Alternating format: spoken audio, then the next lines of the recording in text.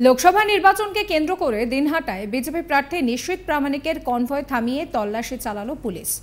কোচবিহারের দিনহাটা রোডে নির্বাচনের আগে নাকা চেকিং চলছে পুলিশের। ভেটাগুড়ি বাড়ি থেকে রওনা হলে মাঝ রাস্তায় নিশীথ প্রামাণিকের গাড়ি আটকায় দিনহাটা থানার পুলিশ।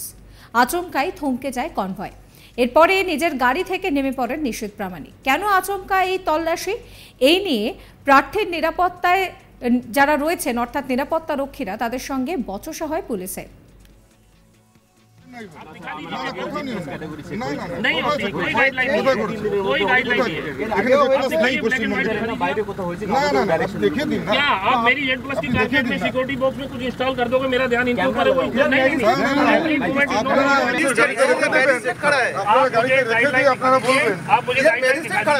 अरे बाबा যেই থাকুক না কেন আপনারা কিছু রেখে দিতে পারেন তো গাড়িতে। ম্যাজিস্ট্রেট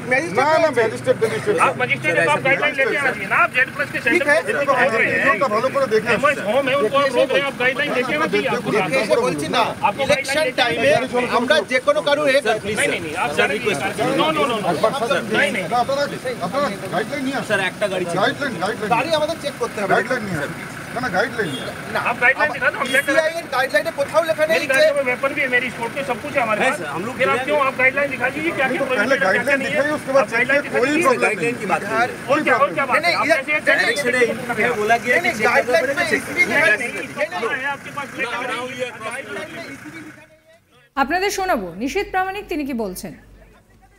अरे नहीं ना कोথাও नहीं ना नहीं होती कोई गाइडलाइन नहीं, कोई गाइडलाइन नहीं है। এখানে नहीं क्वेश्चन বাইরে কোথাও হয়েছে ना देखिए दिन ना क्या आप मेरी Z+ की कार में सिक्योरिटी बॉक्स में कुछ इंस्टॉल कर दोगे, मेरा ध्यान इनके ऊपर है वो नहीं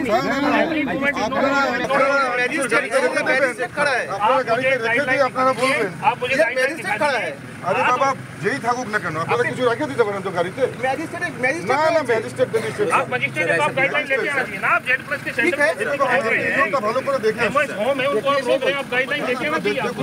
এসে বলছি না ইলেকশন টাইমে আমরা যে কোনো কারো नहीं आप sir request no no no नहीं আপনারা গাইডলাइन নিয়ে স্যার একটা গাড়ি আমাদের চেক করতে হবে। गाइडलाइन नहीं है ना, गाइडलाइन नहीं है ना आप गाइडलाइन दिखा दो, हम चेक करें।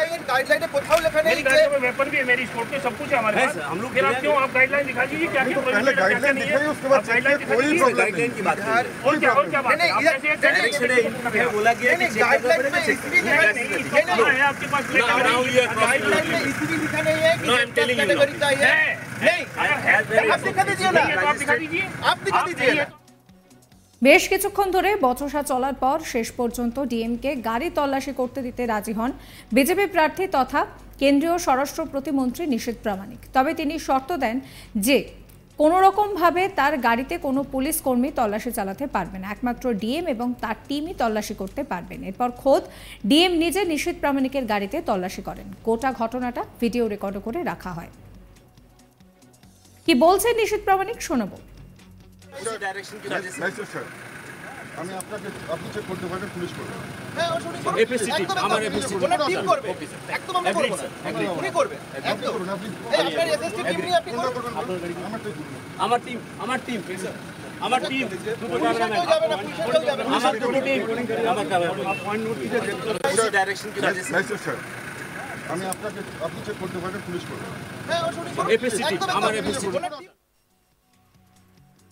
প্রায় আধ ঘন্টা দাঁড়িয়ে থেকে এরপরে নিশীথ প্রামাণিক তিনি রওনা দেন। তৃণমূল নেতা কুণাল ঘোষ বলছেন যে গোটা বিষয়টা কমিশন নিশীথ প্রামাণিককে জানিয়েই করেছে। কমিশন বিজেপির শাখা সংগঠন হিসেবে কাজ করছে বলেও অভিযোগ করেছেন কুণাল। গোটা বিষয়টা কমিশনের আধিকারিকদের সঙ্গে তর্ক করার জন্য নিশীথ প্রামাণিককে দোষারোপ করেছেন রাজ্যের মন্ত্রী উদয়ন গুহ। কি বলছেন কুণাল ঘোষ শোনাবো আপনাদের। যদি কমিশন চালিয়ে থাকে তাহলে সেটা আগে থেকে খবর ছিল নিশীথ প্রামাণিকের কাছে। তার কারণ হচ্ছে কমিশন হচ্ছে বিজেপির একটা শাখা সংগঠন। বিজেপি যেহেতু এখানে দুর্বল তাই ওদের কিছু শাখা সংগঠনকে নামিয়েছে। কোথাও আরএসএস নেমেছে, কোথাও সিবিআই নেমেছে, কোথাও এনআইএ নেমেছে, কোথাও নির্বাচন কমিশনকে নামিয়েছে। পশ্চিমবঙ্গে 48 ঘন্টার মধ্যে 3 জন ডিজি বদলে যায়। বিজেপি নামের লিস্ট দিচ্ছে, সেখানে সম্পূর্ণভাবে বদলি করে দেওয়া হচ্ছে। আর তৃণমূল প্রমাণ দিচ্ছে যে বিজেপির নেতা গিয়ে রাতের অন্ধকারে এনআইএ সুপারের বাড়ি যাচ্ছে, তাকে বদলি করা হয় না।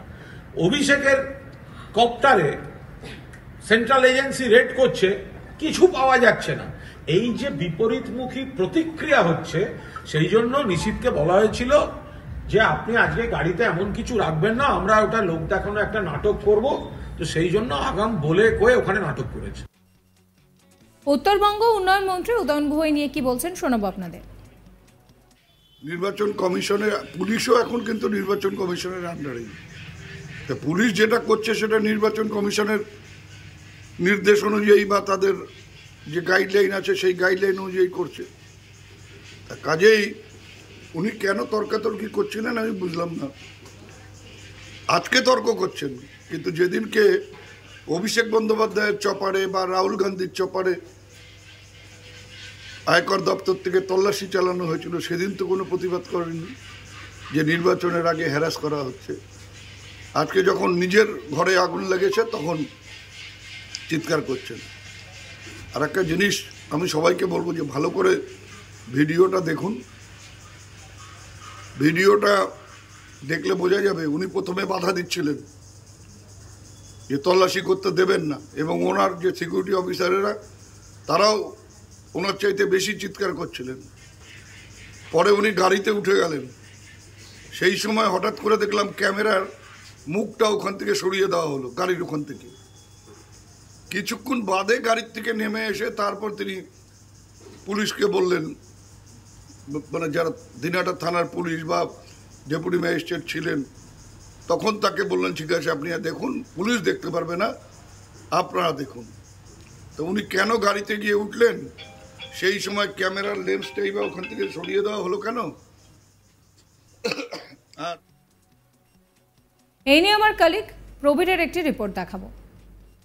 লোকসভা নির্বাচনের আগে নিশীথ প্রামাণিক বিজেপি প্রার্থী তার কনভয় আচমকা আটকে নির্বাচন কমিশন এবং পুলিশ তারা তল্লাশি চালিয়েছে, এবং এই তল্লাশিকে কেন্দ্র করেই রাজনৈতিক মহলে এখন জোর আলোচনা শুরু হয়ে গেছে। কারণ ইতিমধ্যেই দেখা গেছে যে নিশীথ প্রামাণিকের গাড়িতে যখন এই তল্লাশি হয়, দিনহাটার ভেটাগুড়ি থেকে যখন বেরিয়েছিলেন নিশীথ প্রামাণিক, তিনি মিঠুন চক্রবর্তীর যে রোড শো, যে সভা, তাতে যোগ দেবেন বলে ভেটাগুড়ির বাড়ি থেকে বেরিয়েছিলেন। বাড়ি থেকে বেরোতেই প্রায় 3 থেকে 4 কিলোমিটার এগোতেই তার যে কনভয়, সেই কনভয় আটকে দেয় আচমকা নির্বাচন কমিশন এবং পুলিশের যে নাকা চেকিং পয়েন্টের ট্রেন রয়েছে সেখানকার কর্মীরা।